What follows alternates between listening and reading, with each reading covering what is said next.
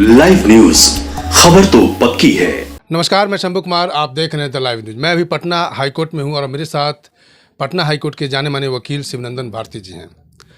और ये सबसे वायरल खबर जो है प्रेम प्रसंग के मामले में, पूरे भारत में अभी जो 4 महीने से चल रहा है आरती और छोटू के मामले में, उस केस को ये हैंडल कर रहा है। आरती के पिताजी की तरफ से ये केस लड़ रहा है, लेकिन इस केस में एक नया मोड़ आ गया, एक नया चैप्टर शुरू हो गया तब जब ठीक 4 महीने के बाद आरती शादी कर लेती है छोटू से, जिससे प्रेम करती है, उसी के बड़े भाई से वो शादी कर लेती है। अब मीडिया में कई तरह की बातें चल रही है, लोग अपने में कानाफूसी कर रहे हैं कि अब लगता है कि केस और हल्का हो जाएगा, छोटू के पिताजी को जेल से रिहा होने में आसान हो जाएगा इस शादी के बाद। सर क्या कहेंगे, कानूनी प्रक्रिया में क्या होगा? देखिए, दरअसल सबसे पहले आपको मैं जानकारी के लिए बता दूं कि केस की एक अहम गवाह थी वो, और उनका जो जब कोई भी गवाह होता है तो उसकी बात में कितनी विश्वसनीयता है, उसके कंडक्ट और उसके आचरण और उसकी चरित्रता को देखते हुए देखे जाते हैं कि ये आदमी झूठ नहीं बोल सकता है, क्रेडिबल सोर्स है इत्यादि।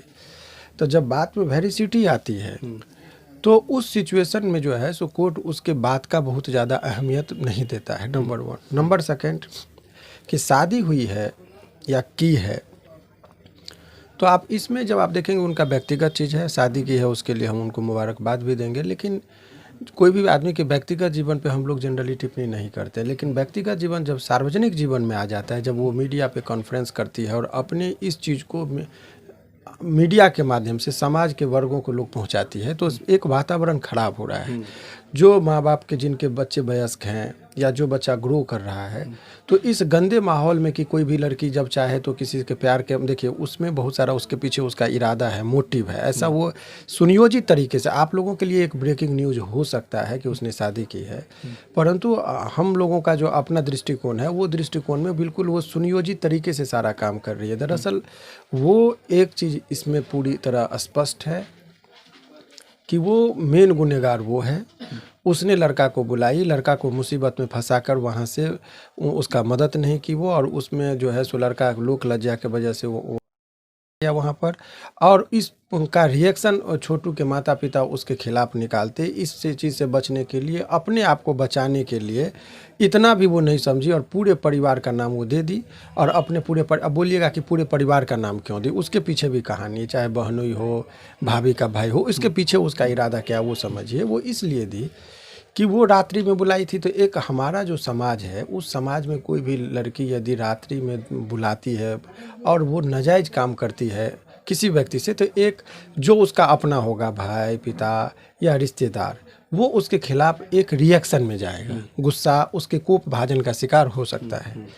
तो वो समझी कि उस टाइम में कि भाई यदि मम्मी पापा को अभी हम फंसा देंगे तो रिश्तेदार हमको आके डांट डपट करेगा, या छोटू के माता पिता हमको जो है सो डांट डपट करेंगे। तो बहुत सुनियोजित तरीके से जितने जो लोग इनके खिलाफ इनको डांट डपट कर सकते थे, उन लोगों को इन्होंने केस में नाम देके उनको अंदर करवा दिया। और वहाँ के बाद अब एक रह गया कि छोटू के माता पिता। तो छोटू के माता पिता को वो अपने कॉन्फिडेंस में लेने के लिए बोली कि मैं आपकी गवाही में करती हूँ और आपके साथ रहूँगी, और इस तरीके से वहाँ पर गया। उसके दोहरी चरित्रता का तब पता चलता है कि जब वो एक तरफ था और समाज का सिंपैथी, समाज का पूरा सिंपैथी नहीं मिला था, लेकिन कुछ जो युवा वर्ग है, जो उन्मादी है, टेंडर एज में है, वो प्यार मोहब्बत के अलावा कुछ नहीं समझता है, उन लोगों ने एक इनको मिसाल के तौर पर पेश करने लगा कि मोहब्बत लैला मजनू के बाद आज के मॉडर्न एज में आरती छोटू का मोहब्बत का परवान चढ़ने लगा, किस्सा कहानी। हकीकत लोग जाने नहीं, क्योंकि लोग जो देखा वही समझा। और उसके बाद ये जब पोल खुली, उस टाइम में बोली कि मैं इसकी विधवा हूँ और इसके विधवा बनकर ही पूरी उम्र बिताऊंगी। तो अब उसके बाद जब लोगों को लगा कि अच्छा, उसके बाद वहाँ गई, वहाँ जाने के बाद भी अब वो जो है सो तुरंत में बिना कुछ सोचे समझे इतना, देखिए एक मानवता भी कहता है कि जिस घर में यदि कोई अल्प माने सड़ हो जवान बेटा का, वहाँ चारों तरफ मातम पसरा रहता है, उस सदमा से निकलने में लोगों को वर्षों लग जाते हैं। और हिंदू धर्म के मुताबिक जहाँ पर जिस घर में यदि अर्थी निकली हो तो सामान्यतः 1 साल तक शहनाई नहीं बजती है, यानी कि कोई शुभ कार्य नहीं होता है, और वैवाहिक कार्य तो बिल्कुल ही नहीं होता है, विवाह, मुंडन इत्यादि। लेकिन आप 6 महीना भी इंतजार नहीं किए, 5 महीना हुआ नहीं, शादी कर लिए। और 4 महीना में स्टेटमेंट क्या होता है कि अब उनसे जब पूछा जाता है कि आपने तो बोला था कि छोटू के नाम से मैं जिंदा रहूँगी, तो बोलती कब तक हम कुंवारे रहते, पूरा जीवन हम रोते ही रहते क्या, मातम ही मनाते रहते क्या? तो भाई आपको कौन कहा था कि लोग कह रहा है आपको मातम मनाने के लिए? आप खुद अपने आप को पेश किए कि नहीं मैं उसकी विधवा बनकर जिंदा रहूंगी। तो आपने किस हैसियत से उसके चिता को आग दिया? आपने तो उसके आपने छोटू के आत्मा को जो है सो आप करचोट रहे हैं। लोग आप सिंपैथी गेन करने के लिए आपने चिता में आग दिया।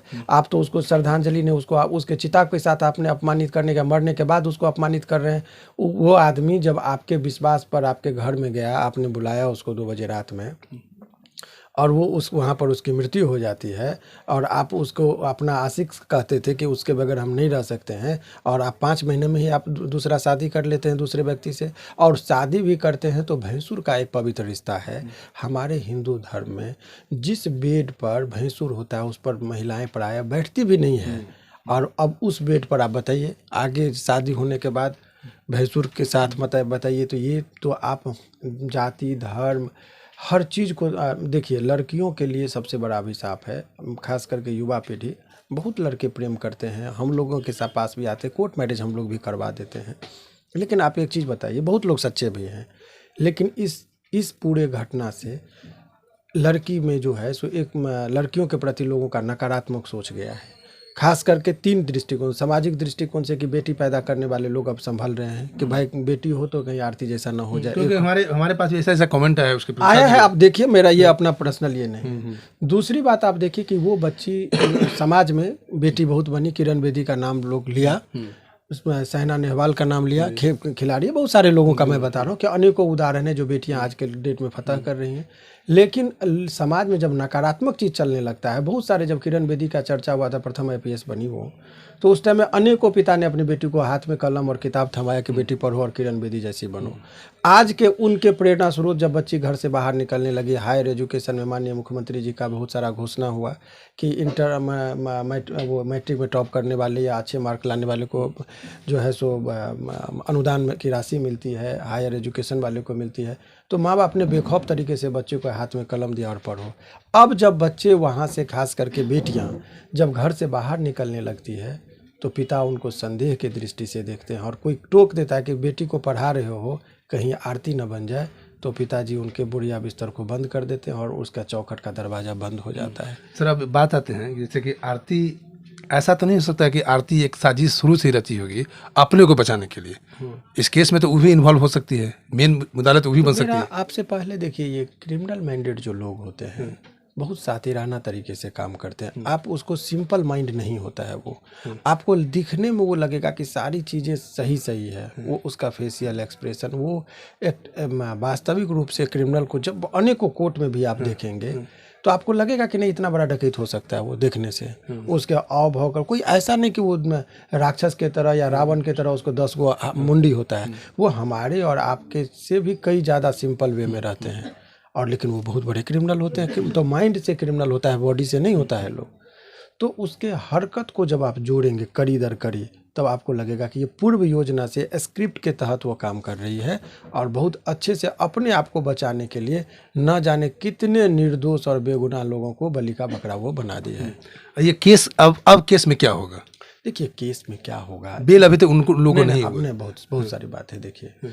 केस के मेरिट और गुण दोष पर हम बात करेंगे तो इसका लाभ अपोजिट वकील को मिलता है। तो मेरा वकालत का जो धर्म है कि बहुत दौपेच हम आपके सामने अभी नहीं बोलेंगे कि उनके बचाने के लिए हम क्या कर रहे हैं, निर्दोष को निर्दोष साबित करने के लिए हम क्या कर रहे हैं, वो ऑन कैमरा बोलेंगे तो उनके साथ नाइंसाफी हो जाएगी। ये सामाजिक दृष्टिकोण से क्या प्रभाव पड़ेगा, इसी पर अभी बात किया जाए तो ज़्यादा बेहतर है। एक लाइन में क्या कहेंगे आप? हेडलाइन आप ही दे दीजिए। देखिए हेडलाइन क्या देंगे हम उन तमाम युवाओं को जो चंद मिनट के लिए प्यार मोहब्बत के झांसे में आ जाते हैं, और इस तरह का जो वारदात, देखिए एक आदमी की गलती, लड़की की गलती की वजह से 2 परिवार का विध्वंस हुआ है। आरती का पूरा परिवार, माता पिता र्यूंड हो जाना, जिसको पूरी तरह से बड़ा जेल जाना कोई बड़ी बात नहीं है।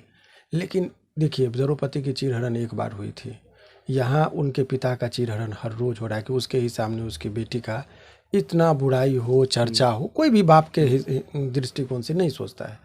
और इधर देखिए छोटू का भी, जवान बेटा छोटू के माता पिता ने खोया, उन दो पक्ष को मैं पीड़ित मानता हूँ इसमें। तो ऐसे परिस्थिति में मैं यही कहूँगा कि ये जो युवा वर्ग हैं, आप प्यार मोहब्बत कीजिए भी तो अनुशासित तरीके से कीजिए। हर चीज़ का अपना एक वे बना हुआ है और हम यही कहेंगे कि आप पढ़ाई लिखाई कीजिए। चंद मिनट के लिए आप क्षणिक सुख के लिए अपनी ज़िंदगी और परिवार को तबाह मत होने दीजिए, क्योंकि ये लोग जो हैं जिनको आप बहुत बड़ा प्रेमी समझते हैं, आपके मरने के बाद 4 महीना भी इंतजार नहीं करते हैं और दूसरी शादी कर लेते हैं। हकीकत यही है, प्रैक्टिकल लाइफ में यही होता है, इसीलिए सावधान रहने की उमेश यादव पे आ जाते हैं। उमेश यादव जो अभी क्योंकि शादी करवाने में उनका भी बहुत बड़ा इन्वॉल्व है, तो उमेश यादव के साथीराना पे क्या कहेंगे आप? देखिए, उमेश जी के बारे में मेरा यही कहना है कि वो झांसा को समझ नहीं रहे हैं। उनको अपनी समझदारी दिखानी चाहिए कि आप जो कर रहे हैं, आपके बच्चे की मृत्यु हुई है उस पर हमें गहरी संवेदना है, लेकिन आपकी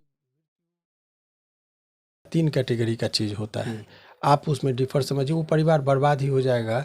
उससे क्या, निर्दोष लोगों को आप बचाइए। निर्दोष लोग आपसे, वो लड़की आपको झांसा में लेकर गलत केस करवा रही है, तो आप कम से कम अपनी समझदारी दिखाइए। उनके माता पिता और परिजन जो भी लोग हैं इस केस में इन्वॉल्व, ये लोग पूरी तरह से निर्दोष हैं और ये चीज़ कोर्ट में भी साबित हो रहा है। तो आप जो है सो थोड़ा आपको अपने जाति धर्म इत्यादि का भी ख्याल रखें और सामाजिक दृष्टिकोण से भी निर्दोष लोगों को आपको नहीं फंसाना चाहिए। आपने तमाम निर्दोष लोगों को फंसा रखा है इस केस में, जो गलत है। सामाजिक दृष्टिकोण से आरती ने समाज को बदनाम करने का कोशिश कर रही है, वो समाज को गलत संदेश दे रही है। जिस तरह से किरण बेदी जब आईपीएस बनी तो लोग गार्जियन सोचते थे कि इसके अपने बच्चों को आईपीएस बनाएंगे, लेकिन आज की जो पीढ़ी की जो बच्ची है वो समाज को गलत संदेश दे रही है। मैं शंभू कुमार, कैमरामैन राज के साथ the live news Patna. Live news, खबर तो पक्की है।